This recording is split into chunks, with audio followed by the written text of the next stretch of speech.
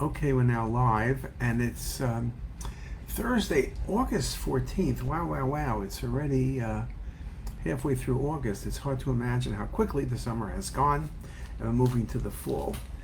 Um, every once in a while, I like to think about things like Larry David, what would Larry David say? And I went downstairs to a store in the hospital here. I bought a Mr. Goodbar. You see my finger? You see the Mr. Goodbar? This is the size of the Mr. Goodbars they sell now. I remember when Mr. Goodbar was like this. Now Mr. Goodbar is like this. This is like a Larry David episode. Like, what the heck is going on? Or it's from the movie Big, where Tom Hanks eats that little corn. Okay, enough. Enough with that foolishness. Anyway, today's topic will be on non-traumatic splenic bleeds. Now, we speak about trauma to the spleen and splenic bleeds. That's something we all look at in the ER setting. Some of us see more trauma than others, whether it's motor vehicle accident, stab wound, gunshot wound. There's a grading system for splenic injury. Most patients with splenic injury are treated conservatively. Some people need splenectomy. But spontaneous splenic rupture is a different animal. There are a number of different things that cause spontaneous bleeds of the spleen.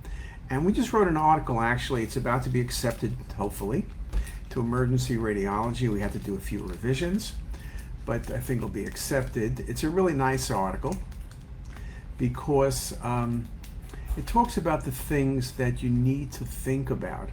What things can cause spontaneous splenic rupture? We talk about infectious and inflammatory and neoplastic. So some of the things you think about are things that enlarge the spleen. Mononucleosis would be one of them. We talk about things, and that's really one of the things we do think about. It was classic patient, severe upper quadrant pain in a younger patient. They may or may not know they had mono, and that can easily rupture. There's a lot of unusual infections, CMV, dengue fever, malaria. Any of the things that can give you a large spleen are things that can lead to early splenic rupture. We talk about patients with sickle cell disease. Now remember, sickle cell usually is infarcted, but sickle thalassemia can get a large spleen, and those spleens might be more apt to bleed as well. We talk to patients who also have vasculitis. Polyarthritis nodosa is one of them. We have multiple tiny aneurysms in the spleen, in the liver, in the kidneys, and those aneurysms can actually bleed. We talk about spontaneous splenic bleeding in patients with pancreatitis. Remember, CTisus contract along the splenic artery and vein, goes subcapsular into the spleen, and with minor trauma or just spontaneously, the spleen can indeed rupture. We talk about patients on anticoagulants. We talk about patients with coagulopathies.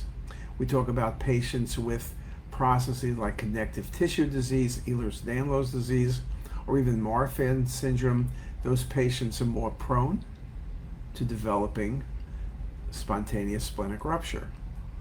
When you talk about vasculitis, you talk about IV drug abuse. Patients with IV drug abuse get aneurysms or pseudoaneurysms, and one place they can get them is the spleen, and that can lead to spontaneous splenic rupture. We talk about tumors that bleed.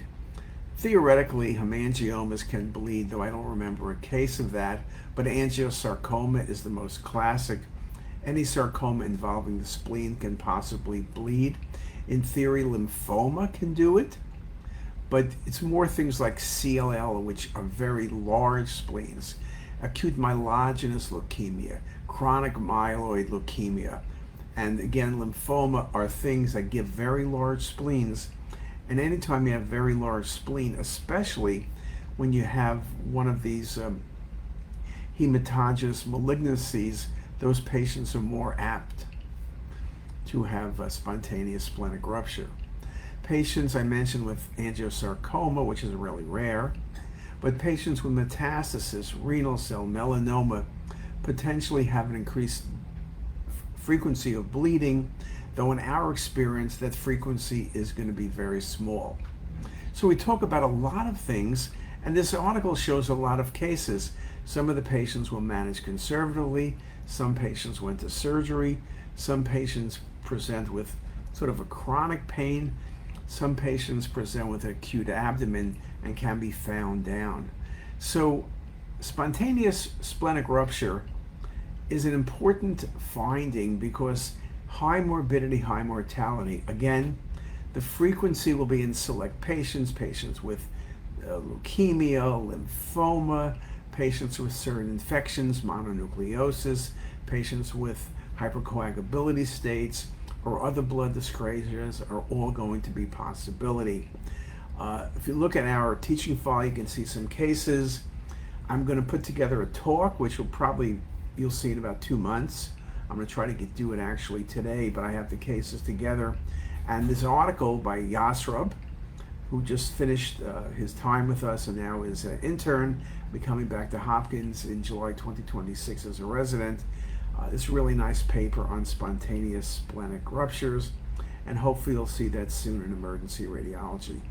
So with that, I'll wish everybody a good day, a good August for another week, and be careful when you're buying these candy bars. Now, what company makes these things? Oh, Hershey's. When Hershey makes Mr. Good Bar, they say, hey, Hershey bar is $2. It hasn't changed in 20 years. The only thing is, this is a Mr. Good bar that weighs, it weighs so little it doesn't even say, but it surely weighs less than an ounce. And it looks like you need about 10 of these Good bars to make a regular bar. That's not good. And as Larry David would say, this is not pretty good unless you're Hershey's. And Hershey's, hey, we never raise prices. We just shrink the bar. I guess I'm not going to get any free bars from Hershey. They're here in Hershey Park, Hershey Park's only 90 minutes away. I haven't been there, I don't think ever. I once was visiting professor at university, or at Penn State, or State Penn, whatever you want to call it. They're in Hershey, a really nice place. And Hershey is a really nice area, very, very nice people, but I haven't been there in a long time. So, a couple questions. Hassan, do we recommend a prophylactic splenectomy? The answer is no. I think patients with chronic anticoagulation or other problems like that, you need to monitor the patients carefully. And if patients have change in symptoms, they need to go to their referring doctor as soon as possible. But people typically don't recommend prophylactic splenectomies. As we know, the spleen has certain very important functions. If you need to remove it, you need to remove it, but if you can avoid it, that would be ideal. Well, let me see who else.